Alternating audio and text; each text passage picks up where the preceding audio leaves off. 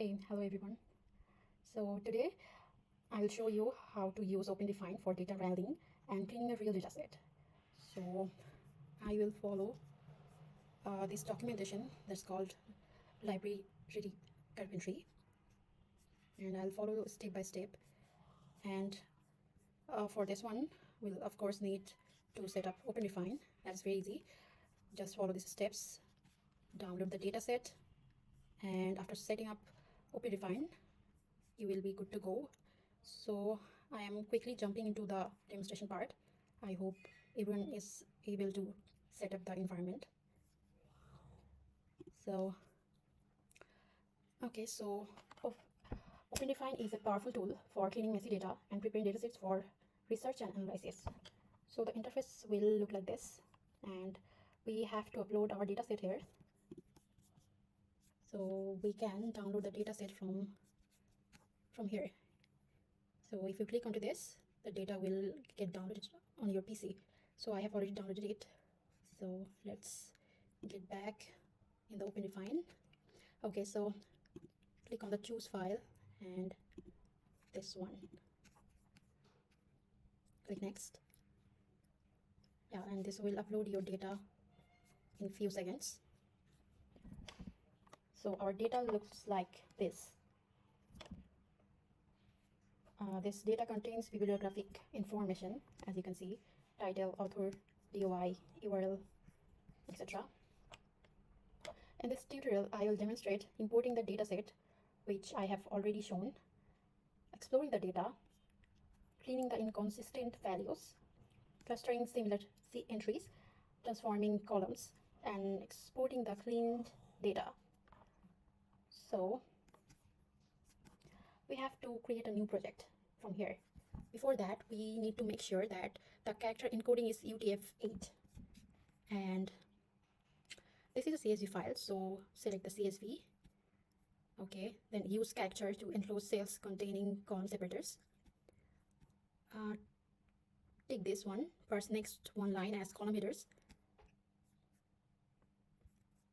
I think we are good to go. So next we need to click on the create project.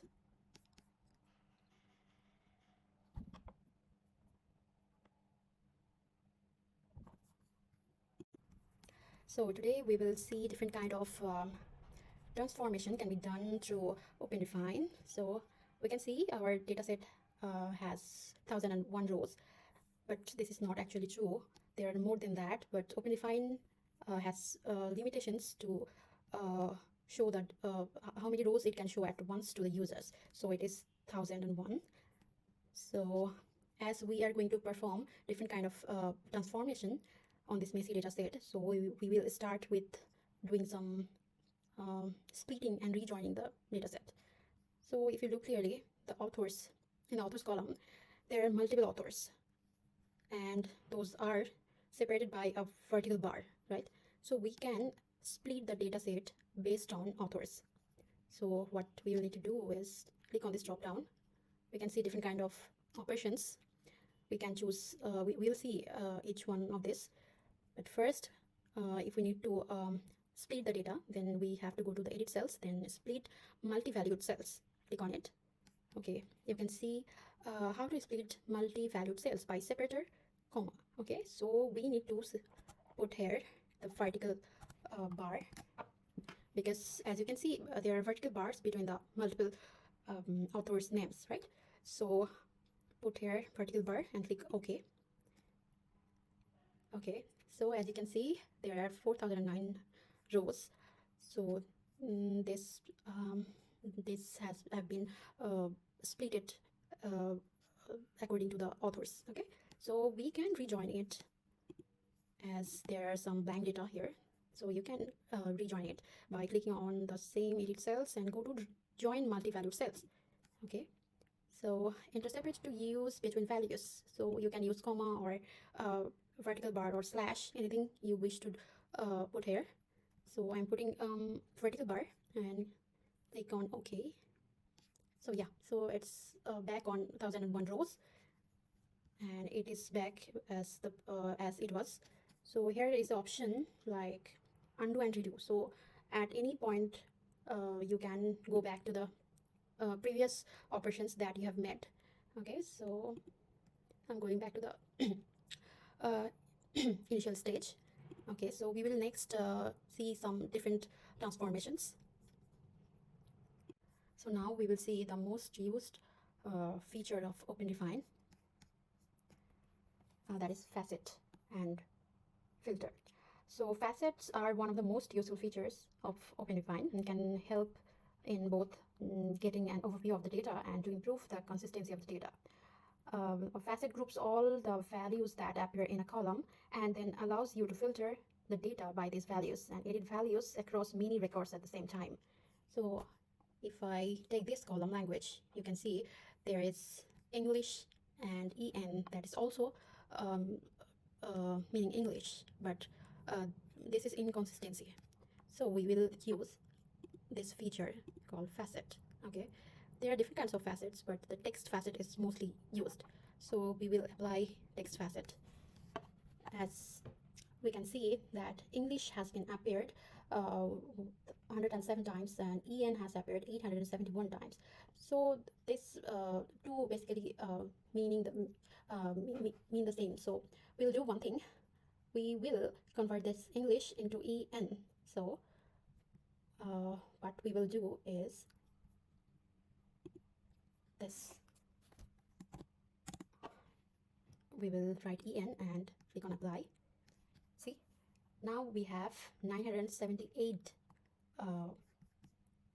rows. So now we have resolved this inconsistency in the data. Okay, so another thing is text filter. We can also use text filter.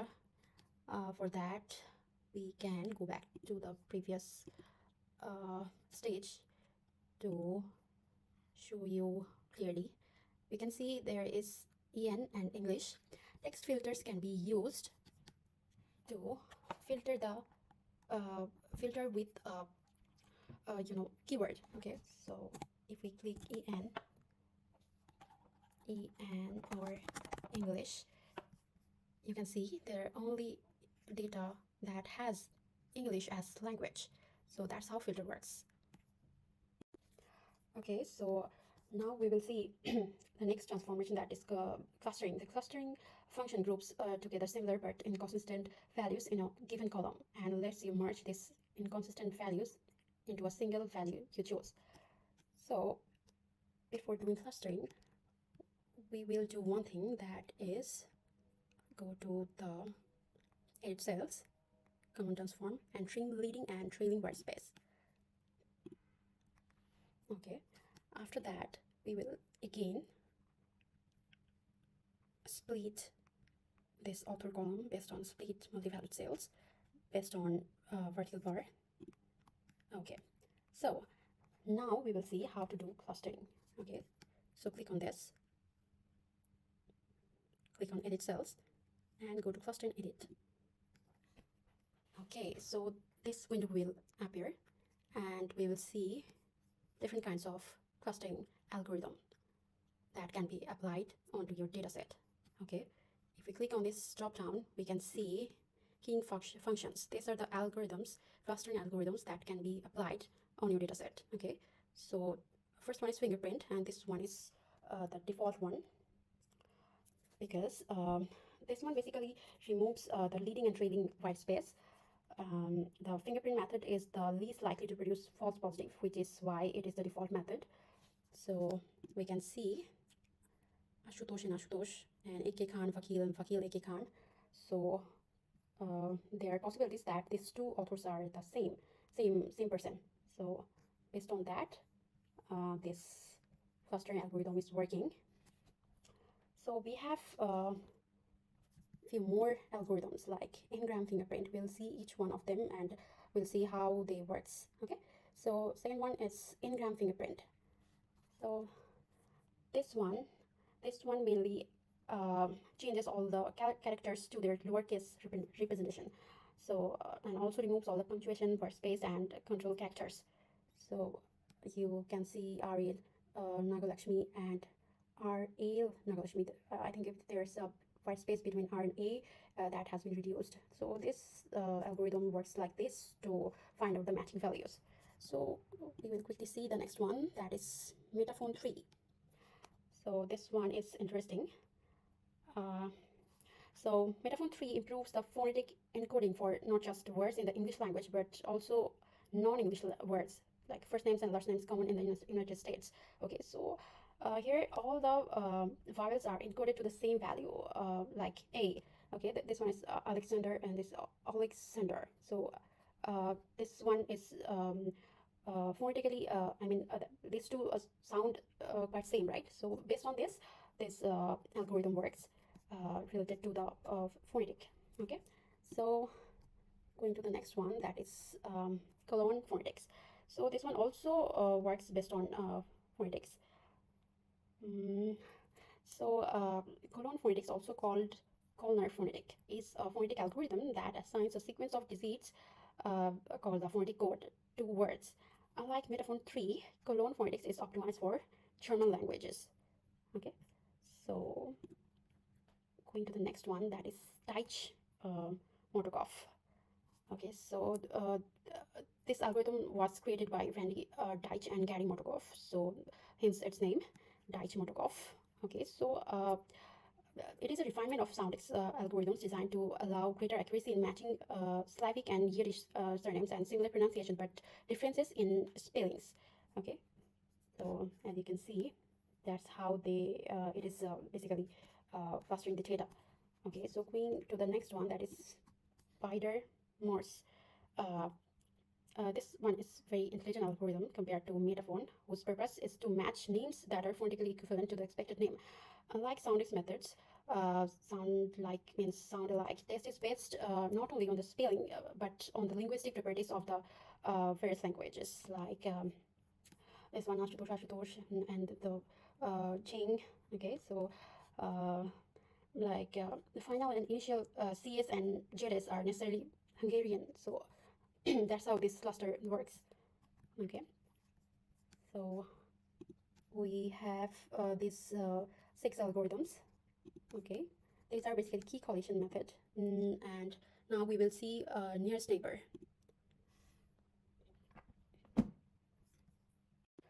Okay, so now we will see nearest neighbor method. While key collision methods are very fast, they tend to be either too strict or too lax, with no way to fine-tune how much difference between strings we are willing to tolerate. Okay, so the nearest neighbors method, also known as KNN, that we have studied in our bachelor, on the other hand, provided a parameter, the radius, or k, which represents a distance threshold. Any pair of strings that are closer than a certain value will be bind together. Okay, in this stage we can see the radius is 1, so we can see that 2 author names are bind together, like G and Balagan and K and Balagan. Okay, we can see these 2 author names, last names are same, but the first name, our names are different. So that's how this algorithm works.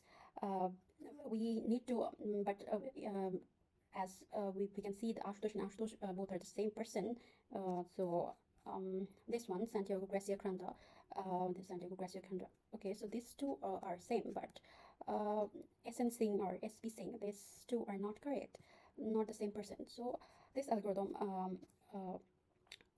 this algorithm helps us to control the tolerance of how difference between the 2 names or 2 strings we want to tolerate, right? So if we want to increase this, what happens? See, there are more data are bind together, but we can clearly see that the last name may be the same, but the first names are clearly different, so we cannot bind this together, right? So it's I think it's better to keep it low, so that we can have control over the data set. So there's one more thing, that is ppm. Let's see what's this. So first one was Levenshtein distance. The Levenshtein's distance, also known as eddy distance, is probably the simplest and most intuitive distance function between the strings, and is often still very effective due to its general applicability. It measures the minimal number of edit operations that are required to change one string into the other.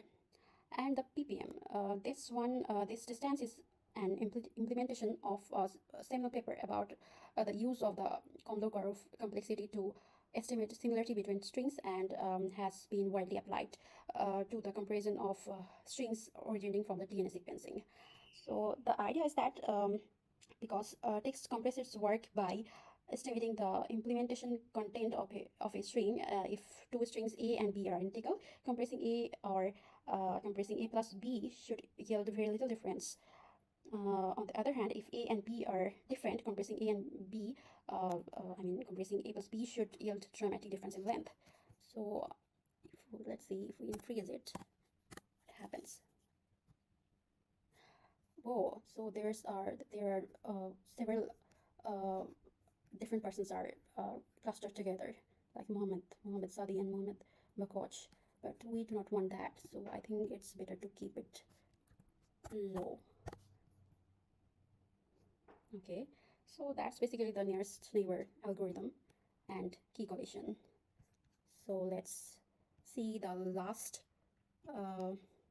transformation that I want to show you, that is reconciliation services. Use this service. Okay, so go to the reconcile, start reconcile, select the external database, that is Wikidata. Go to next.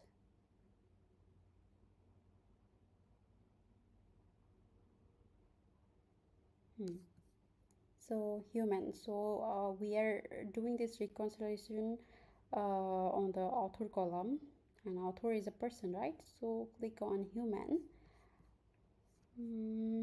Okay, so I think if we are not sure, we do not have to put anything on this, just or you can type title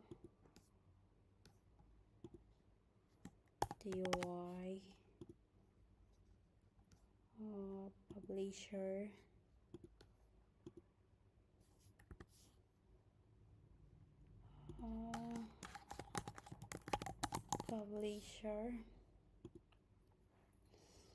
Okay, so this will help us to identify the correct author. Okay, so keep the auto-match candidates with high confidence and start reconciling. Column type is not mapped. Oops, sorry. So after splitting the authors, our data set looks like this. So now we will do the reconciliation process on this data. So for this we will click on the reconciliation, start reconciling on author 1. We'll choose the external database, go to next. Yeah, so our author is a person, right? So we need to choose human and title DOI. So this will help Openrefine to find the correct author, but if you want to skip this, it will still works. And keep the auto match candidates with high confidence, this one ticked, and after that we can click on start reconciling. See, it has started to reconcile the data.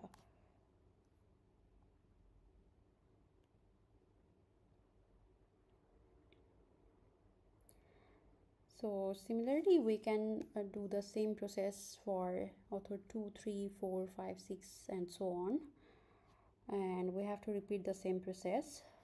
So since the dataset contains multiple authors per article. I first separated the authors into individual columns. Now each cell contains one author name, which improves reconciliation accuracy. So I am now reconciling the authors column against Wikidata using the entity type human. So reconciliation works best when each cell contains a single entity. So splitting the authors into separate columns improves the matching accuracy.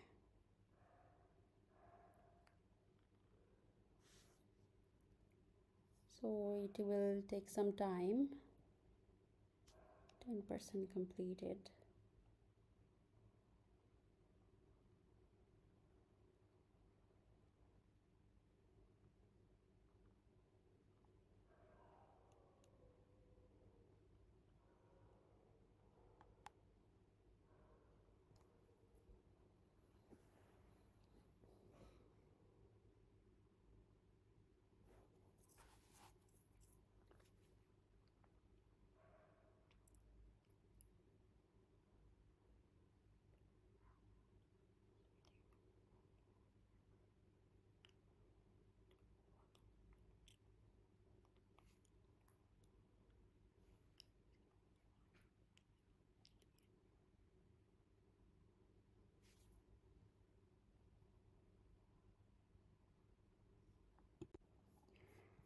So you can see it will take some time.